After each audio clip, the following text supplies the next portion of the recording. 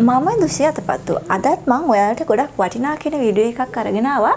මේ වීඩියෝ එක ටිකක් වෙනස් වීඩියෝ එකක්. සමහරට ඔයාලට හිතේ මගේ channel එකේ ගොඩාක් කලාවට මම ධනාත්මක දේවල් ඔයාගේ ජීවිතේට මම අරන් ඉන්නේ. හැබැයි මේක සල්ලි ඉතුරු කරගන්න තමන් හම්බ කරපු සල්ලි ඉතුරු කරගන්න තව එක පොයින්ට් එකක්.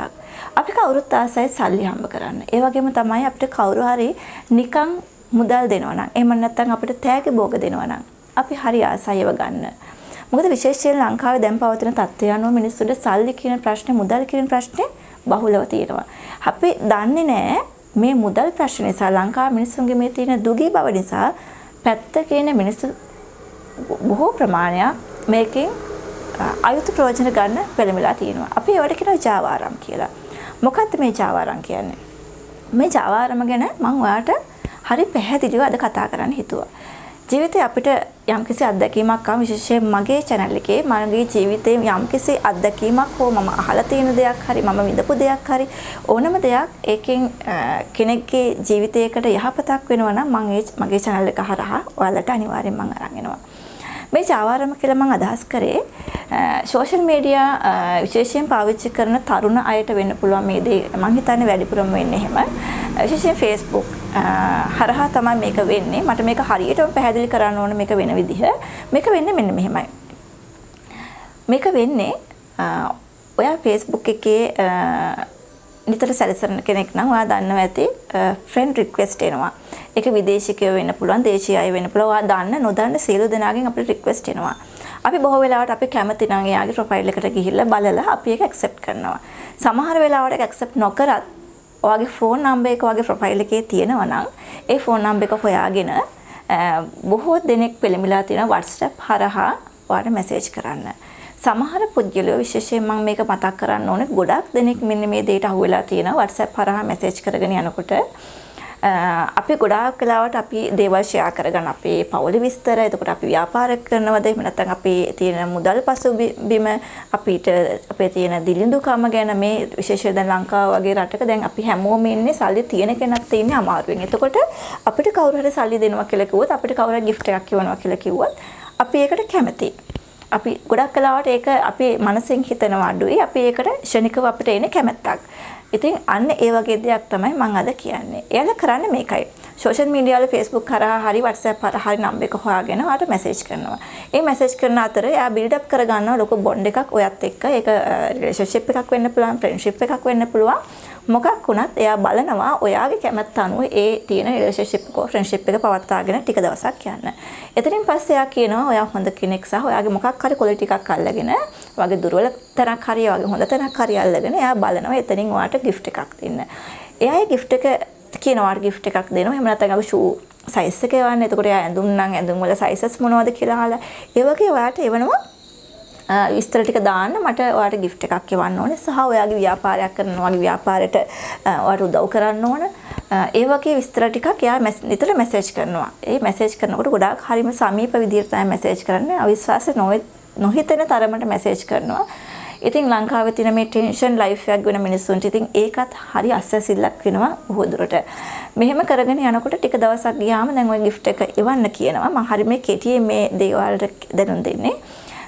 gift එකක් එවනවා කිව්වම අපේ අය හරි ආසයින් ඊට පස්සේ යා කරන්නේ වීඩියෝ කෝල් එකක් අරගෙන ඔයාගේ gift එක පැක් කරන විදිය, ඔයාගේ මුදල් ටික ගණන් කරලා එන්වලොප් එකකට දාන විදිය, ඒ ඔක්කොම යා වීඩියෝ කරනවා. එහෙම නැත්නම් ෆොටෝස් ගහලා WhatsApp එකට එවනවා. මෙහෙම කරාට පස්සේ ඔයාගේ හිතේ යම්කිසි විශ්වාසයක් ඇති වෙනවා සහ යා මැසේජ් කරන දේවල් එක්ක. ඊට පස්සේ යා කියනවා ඔයාට මෙන්න මේ දිනේ වෙද්දි මේ gift එක හෝ මේ මුදල් ටික ලංකාවට ඒවි. එහෙම වුණොත් මම මැසේජ් එකක් දෙන්න කියලා. එතකොට ඔයා බලන් ඉන්නවා ගොඩක් බලාපොරොත්තු සහිතව තමයි ඔයා බලන් ඉන්නේ.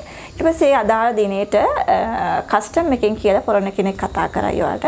ඒ කතා කරාම කෙලින්ම කියන්නේ මේ වගේ ඔයාලට gift එකක් ඇවිල්ලා තියෙනවා. මේ වගේ මුදල් පසුබිමක් හරි මොනවා හරි පැකේජ් එකක් ඇවිල්ලා තියෙනවා.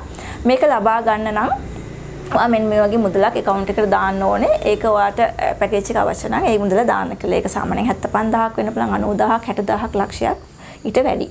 එතකොට ඒ වගේ මුදලක් දැන් අර තියෙන ආසාවට එයා දැක්කස් දෙකකින් වීඩියෝ කරලා ෆොටෝස් ගහලා ඔයාට ඒ පැකේජ් එක එවනවා. ඒ විශ්වාසෙත් එක්ක ඔයා පෙළඹෙන ඒ සල්ලි දාන්න. සාමාන්‍ය නීතිය තමයි කස්ටම් එකකින් යම්කිසි පැකේජ් එකක් ගන්නවා නම් ඒක එතනට ගිහිල්ලා මුදල් ගෙවලා ගන්න පුළුවන්. ගෙවන්න අවශ්‍ය නම් ප්‍රමාද වුණාට පස්සේ වෙන්නේ බද්දක් වදින එක. හැබැයි මේ පුද්ගලයා කරන්නේ එහෙම ගිහිල්ලා ගන්න බෑ ඒක. බොහෝ වෙලාවට කරන්නේ ඒ පැකේජ් එක එවන්න ඕන නම් අනිවාර්යෙන් මුදල් බෑන්ක් කරන්න ඕනේ කියන එක තමයි යාලා තරේම කියන්නේ. එහෙම නැතුනොත් ඒ පැකේජ් එක රිටර්න් කරනවා කියලා තමයි කියන්නේ. එතකොට විදේශයෙන් ඔබට මැසේජ් කරන පුද්ගලයෙක් ඉන්නවා නම් එයත් කියනවා නෑ ඔයා මේක මෙච්චර මේ වටින එකක් මම මහන්සිලා එව්වේ. ඒක ඔයා අනිවාර්යෙන් මේ පේමන්ට් එකේ කියන විදිහට පේමන්ට් එක කරලා ගන්න කියලා. ඔන්න ඔතන තමයි ප්‍රශ්න තියෙන්නේ. ඔතන වෙන්නේ මේ ලංකාවේ ඉස්සරත් කියනවනේ සුද්දට රට පාවා දුන්න කාලයක් ඉස්සරත් තිබ්බනේ. ඒ වගේ දෙයක් තමයි මෙතන වෙන්නේ. අපේ පිරිසක් ලංකාවේ පිරිසක් මෙතන ඉන්නවා. මේ තියෙන මම හරියටම කියන මේක ජාවාරමක් නේ.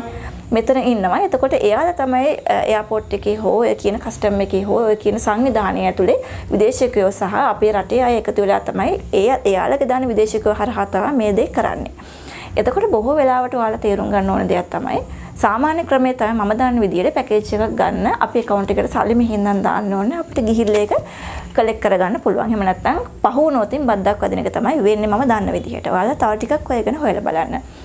කිසිම වෙලාවක ඔයාලා අහු වෙන්න එපා. මට මේක කියන්න මාර උමනාවක් තිබ්බා. මොකද මිනිස්සු මාර විදියට අහු වෙලා ඒ ගැන ගොඩාක් මැසේජ් කරලා තිබ්බා. අපිත් හොයලා බැලුවා මොකද්ද මේ කියලා. මේ ජාවාරම ටිකක් තදටම යනවා. ඒ නිසා හරි පරිස්සම් වෙන්න මේ වගේ මැසේජ් එනවා අපිට වාට සල්ලි දෙන්නම් වාට gift දෙන්නම් කවුරුත් නිකන් දෙන්නේ නැහැ gift එකක්. මොකක් හරි අතුරුඵලයක් බලාගෙන තමයි මේ දේ කරන්නේ. මොකක් හරි ප්‍රයෝජනයකට එහෙම නැත්නම් එයාලගේ වෙන ආශාවකට එහෙම නැත්නම් මොනවා හරි දෙයකට තමයි මේක කරන්නේ. මම කියන්නේ නෑ විදේශිකයෝ ඉන්නවා ලංකාවට උදව් කරන අය. හැබැයි මේ එන ක්‍රමවේදය අනුව නම් එහෙම දෙයක් නෙමෙයි වෙන්නේ. ඒ නිසා හරි පරිස්සමෙන් ගණදුන කරන්න. එහෙම මැසේජ් එකක් ආවොත් වග බලා ගන්න. ඒකට මුදල් දාන්නවත් මුදල් බෑන්ක් කරන්න කිසි දෙයකට පෙළඹෙන්න එපා. සහ සමහර අය කියනවා ඇවිල්ලා ගන්න හරි කුරියර් සර්විස් එකෙන් ගන්න කියලා හරි. එහෙම භාණ්ඩයක් එනවා නම් ඔයාට ඒක ඇත්ත කියලා හිතනවා නම් අනිවාර්යෙන් සල්ලි ගෙවන්න කලින් ඒ පැකේජ් එක ඇරලා බලන්න මොනවද තියෙන්නේ කියලා. මොකද හේතුව එහෙම එන පැකේජස් වලත් ඇතුලේ තියෙන කැඩිච්ච ඔය බෝතල් කෑලි කිසිම අර විසි කරන අහක දාන දේවල් තමයි මේ බොක්ස් එක ලස්සනට රැපින් කරලා තිබ්බට තියෙන්නේ. ඔය කියන විදිහට රත්තරන් බඩුවත් සල්ලිවත් කිසිම දෙයක් ඔයාට ඇත්තටම එහෙන් එන්නේ නැහැ. ඉතින් මම කියන්නේ විශ්වාසන තමන්ගේ පවුල කෙනෙක් එහෙම කරන එකක් නැහැ. ඔය කියන විදිහට නාඳුරුණ කෙනෙක් ඔයත් එක්ක සමීප වෙලා නාඳුරුණ කෙනෙක් ඔයත් එක්ක බොන්ඩ් එකක් ඇති කරගෙන తాවකාලික එහෙම දෙයක් කරනවා නම් ඒ ගැන සැලකිලිමත් වෙන්න.